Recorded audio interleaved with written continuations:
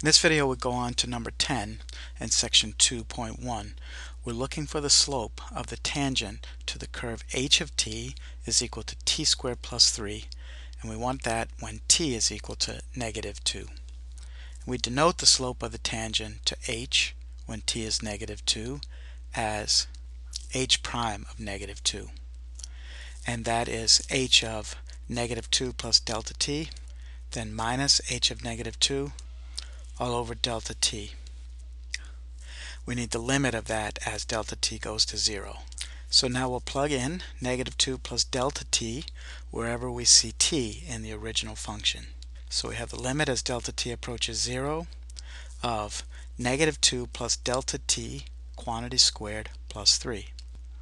Then minus, now h of negative 2, all we need to do is plug in negative 2 into t squared and add 3. But we already have that value in this case because that is the y-coordinate of the function when t is equal to negative 2.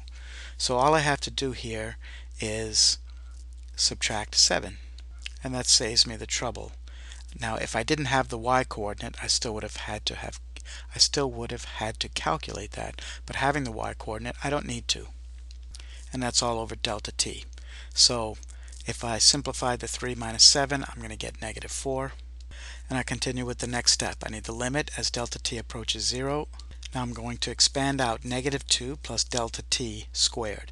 So I'll square the first term, that's positive 4.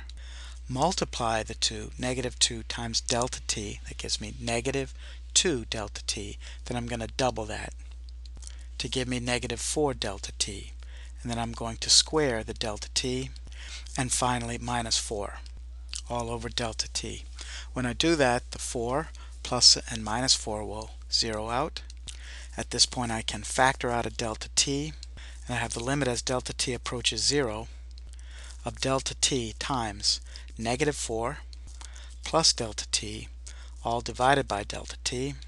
The delta t's will cancel, and I'm left with limit as delta t approaches 0 of negative 4 plus delta t, and at this point we can just set delta t equal to 0 and we end up with negative 4. And that is the slope of the line tangent to the curve t squared plus 3 when t is equal to negative 2. And I'll bring up the graphing calculator now.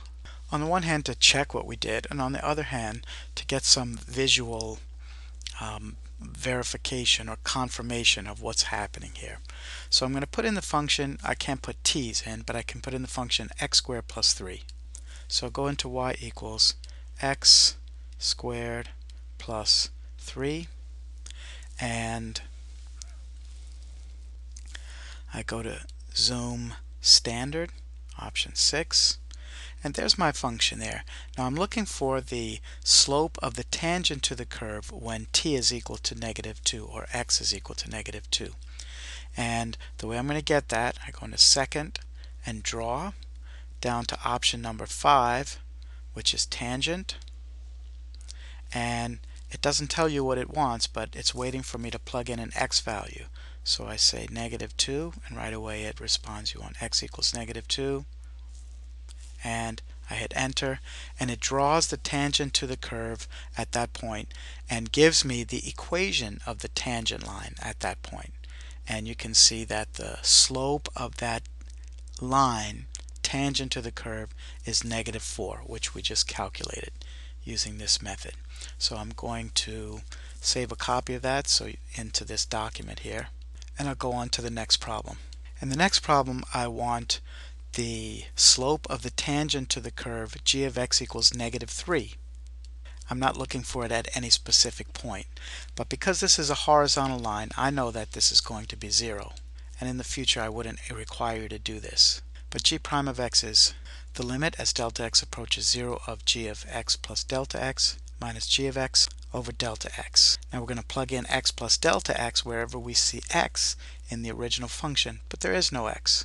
So we have the limit as delta x approaches 0 of negative 3 minus negative 3 over delta x, which gives limit as delta x approaches 0 of 0 over delta x. Now delta x is not 0, but the numerator is 0, so this result is just 0.